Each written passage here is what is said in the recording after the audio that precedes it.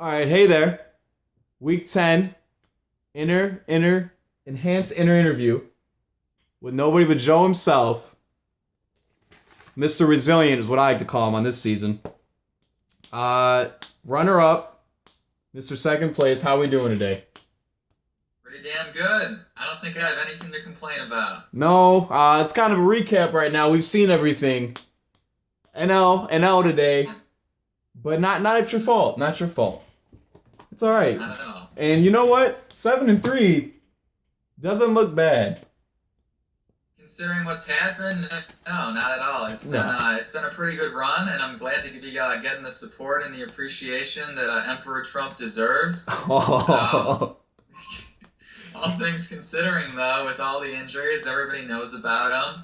I've had some really good pickups. I drafted well. Things are going great, and 7-3. It's not undefeated or anything, but I'm already looking towards the playoffs, and playoffs are only a couple weeks away, so it's getting close. Week 13, last week. We're almost there. Regular season. You're right. You best draft on paper coming out the draft. Got to give it to you, as I did.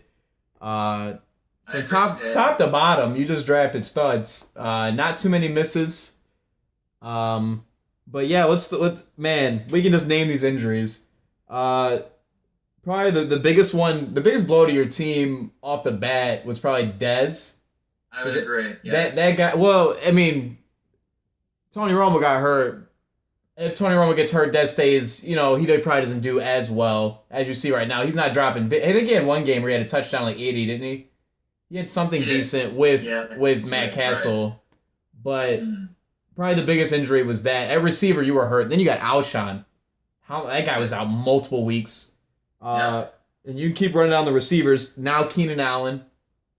That's right. Yeah, out for the year. Out for the year. I thought you drafted Victor, but you can count that towards his injuries. Sure. And then we can hit some running back. LaShawn McCoy. Right, first overall, or the 11th overall. But 11th overall pick. Yep. He's gonna be a stud, running for Rex. You know what Rex Ryan's running backs do? They score. So. They do well. Yeah, they do well. How did you do it?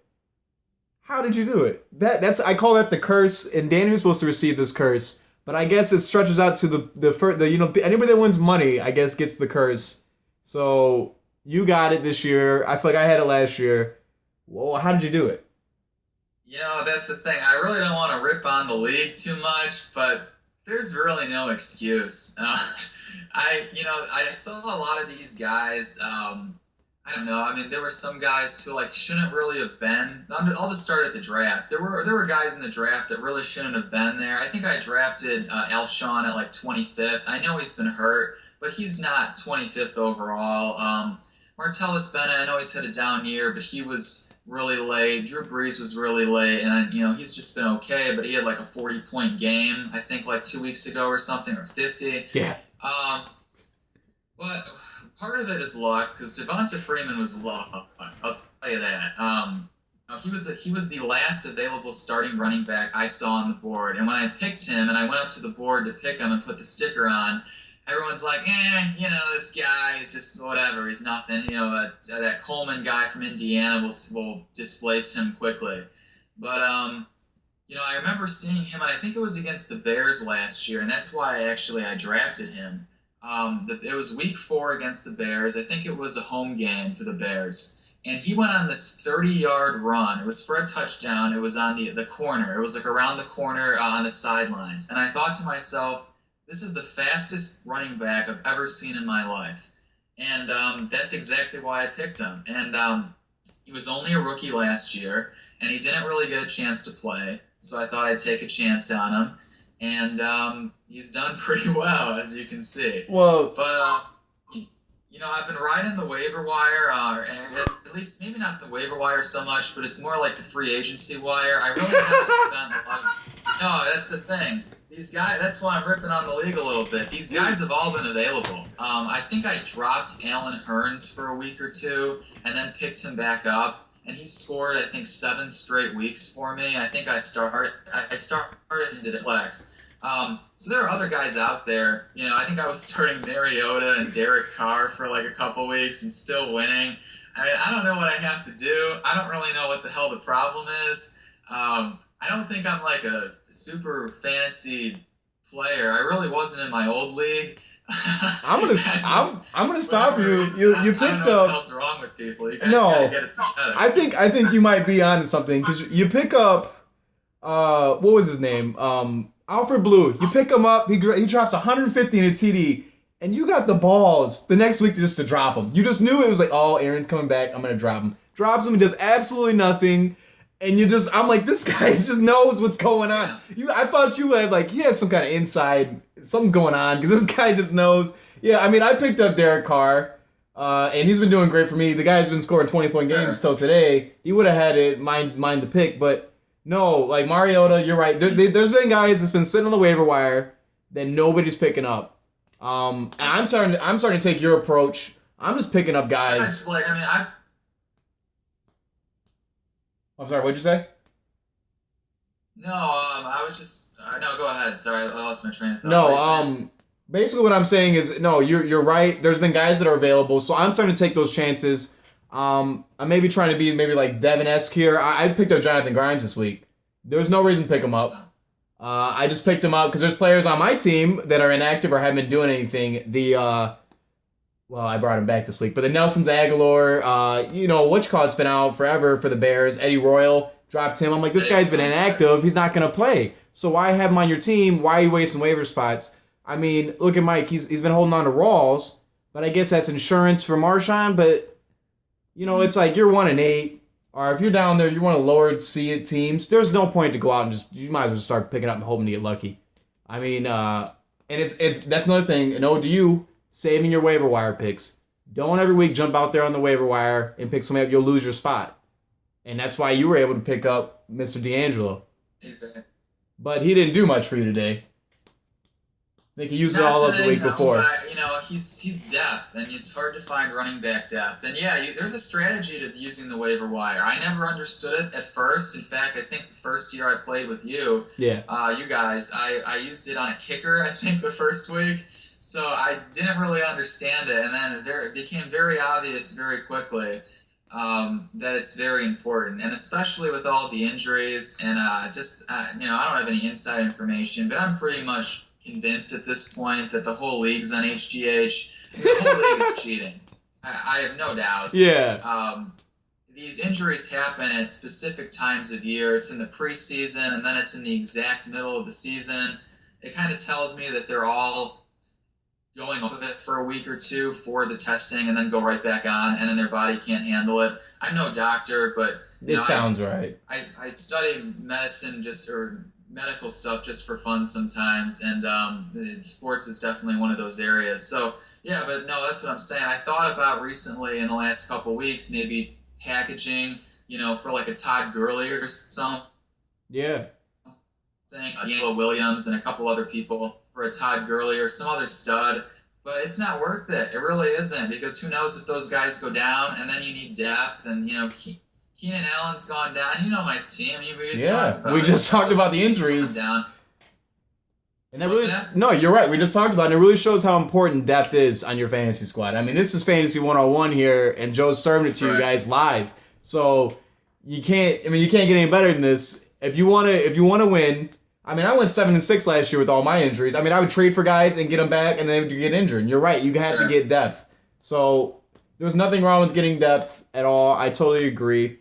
And kudos to you for just making it happen with nobodies. I mean, well, not nobodies, but finding guys, and because I mean, there's guys who aren't on your team anymore that helped you win. So, and that just shows that you're paying attention to the weekly matchups. Like, for instance, I'll give you one that I had, and I live with the man. So, Mike, he wastes away where I picks up the Saints defense. Okay, that's Rob Ryan. He's supposed to be good, but when have the Saints D seriously been good? Since Bounty Gate, maybe? And they weren't even that good then. So, he picks them up, and Houston's playing Tennessee without Mariota. That's a divisional. No, that's not the divisional match. No, that's a divisional matchup, right? And they're starting Mettenberg. So I'm like, oh, Eagles are on a bye. I'm going to pick up Houston this week. And they end up dropping 20 something. And I win because of that. And that's called playing the matchup. So I totally hear you loud and clear on that. Sure. Speaking of Alshon, this guy looks like Brandon Marshall 2.0. He's getting all the reps. It doesn't matter Vanderbilt or not. Not today, but yeah, usually he does. I mean, this guy's dropping 100 in a TD every week. And how about them Bears for you? So Smoking Jay is looking great. He's not failing. You threw 3 TDs today. 2 to somebody that's going to help nobody, Zach Miller. But I was enjoying watching that game. I was enjoying watching Jeremy Langford just run all over me and catch all over me. It was awesome. So I'm happy that the Bears are successful and you're successful. So that has to be awesome for you to watch. Yeah, I mean, well, I kinda actually. The thing about the Bears season is that they're not really going anywhere, and No. even if they end up 7-9, 8-8, it really doesn't get us that much. We'll get a draft pick, the first round draft pick, 15 to 20, and you might end up with a Kyle Long, which is great, or you might end up with a Shea McClellan, which is not so great. Well, hold on here. Man had a forced fumble and recovery today. He did look. You're right, but he's been a failure. You know what? I know he's been at like 3 different positions in 4 years. I don't trust that he's really on. He's the leader of the team long term, or he's the middle linebacker that you want long term. He's nowhere like her. Go ahead. Nowhere like her. You're right, but I'm just saying he showed promise. I think John Fox is an amazing head coach. I think the Denver Broncos are crazy. They're crazy for firing him or letting him go. That's just insane to me. And I'm happy to see that. And I'm also happy to see them sorry-ass Packers lose at home to Detroit. That made me really happy today. I was screaming. I thought it was over. I mean, unfortunately, I couldn't watch the game live. I don't know about you, but I was following it. And I'm like, oh, my God. And I was like, what? They had a 2-point? I mean, well, they went for the 2-point and failed. I was like, oh, thank God. And they got a freaking onside kick. That was pretty awesome. Yeah, it's funny because I guess since like Ditka put on this Packers sweater or something, the Packers are 0-3. I don't know if you saw anything about that. Yeah. It's working. Go figure. That's fine with me. Let's talk about a week ago, the championship rematch, all the hype that went into that. I was expecting you to win that game and get revenge. Yeah, I don't know. I mean, that's just the way the cookie crumbles. I don't really know what to say. Honestly, I don't even remember how close it was. I'm guessing. How much did I lose by? It wasn't by that much. It was relatively close, but I think Danny had. I think that was when it was definitely a big game from Chris Ivory. I think he dropped like 20 something on you. You can't help it when guys are dropping 20. For example, you got the freaking Kansas City special teams dropping a combined 40 something points on you. There's really not much you can do from a fantasy perspective. Sure, no, I understand. The thing is, at this point of the season, my team's kind of on cruise control, so I really don't have to pay attention as much until the playoffs, at least. And that's the thing I want to ask you about. So having all these studs and these guys who are capable of scoring points, what's that first week lineup going to be? Are you playing matchups? Or are you going? I mean, because you got some guys on there that I would think. Oh, I don't know. I'm assuming you're gonna go. Well, if Tony Romo comes back, Dez, Alshon, and then you got that. Those are your 2 receivers. I'm assuming, and then you have Freeman, and then I saw you left LaShawn on the bench this week. I mean, does he? Right. Is it gonna be D'Angelo? Is it gonna be? Sure. The thing about that is I actually was looking back at the playoff matchups in like week 2 or 3 already. Yeah. And it turns out most of my guys, and I was, it's hard to tell back then how they're going to do, but if you just look ahead, at the matchups, how this team is first against running backs or last against running backs or whatever. But most of my guys have really good matchups. The only guy that doesn't is LaShawn McCoy. But he's done pretty well. He went up against the Jets defense, and they're number 1 against the run, and he put up, I think, like 80-something yards rushing and like 30 yards receiving. So, I think he got a touchdown or something. I'm not too sure. Yeah. He did really well. But no, most of my guys have good matchups, and I don't know. For all I know, if Tony Romo's still hurt for some reason. I could see Dez has not been good. I No. can see myself subbing in Dez for Alan Hearns. As crazy as that sounds, Dez has really not been that great. I think he had 1 week so far that he had like 8 points. I mean, so he hasn't, or maybe 12 or something, 1 touchdown. But I don't know.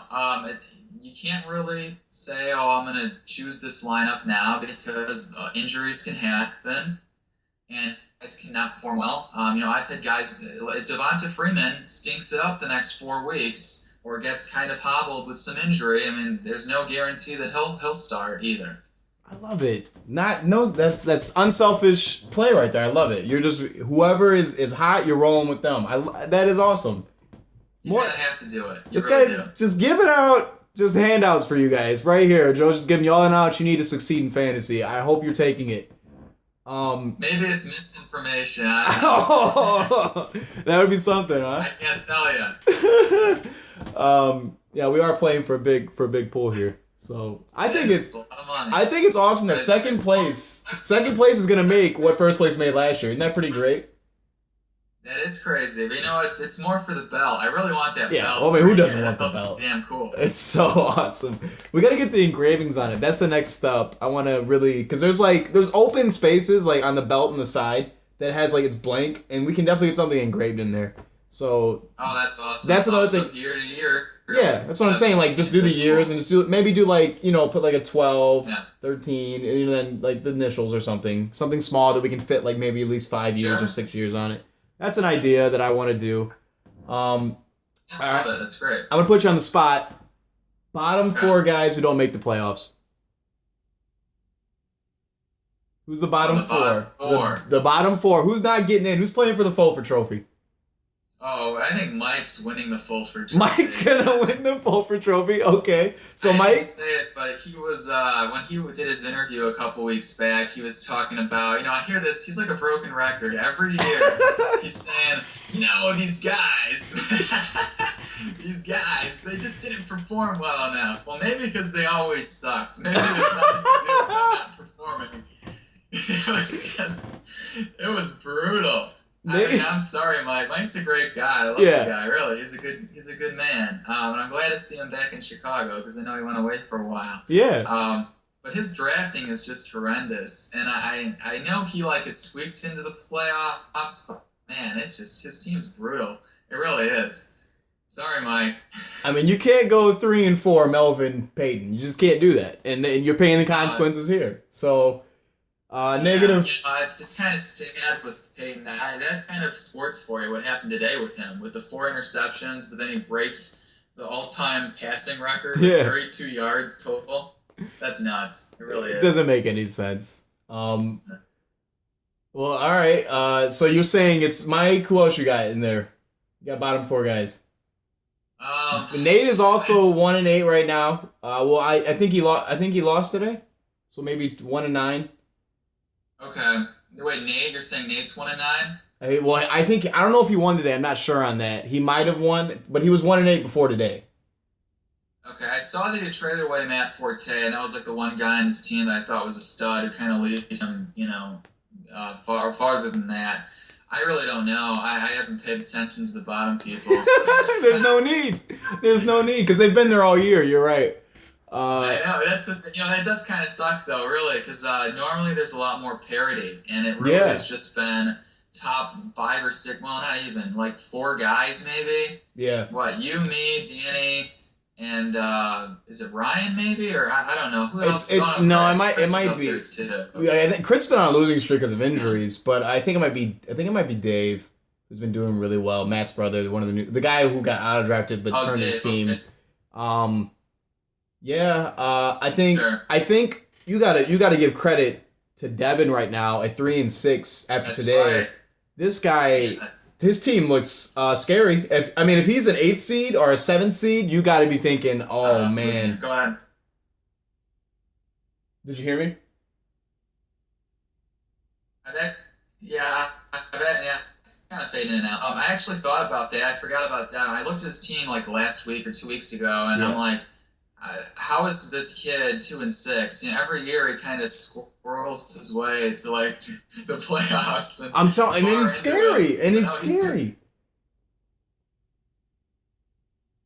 What's Yeah, that? Can you repeat that? I said, and he's just scary. I mean, the guy literally on draft day, he has fun. That's like his funnest thing to do is come in and draft just a bunch of star players, and then he'll lose a couple games, then he'll form a team and he'll mold it into something great.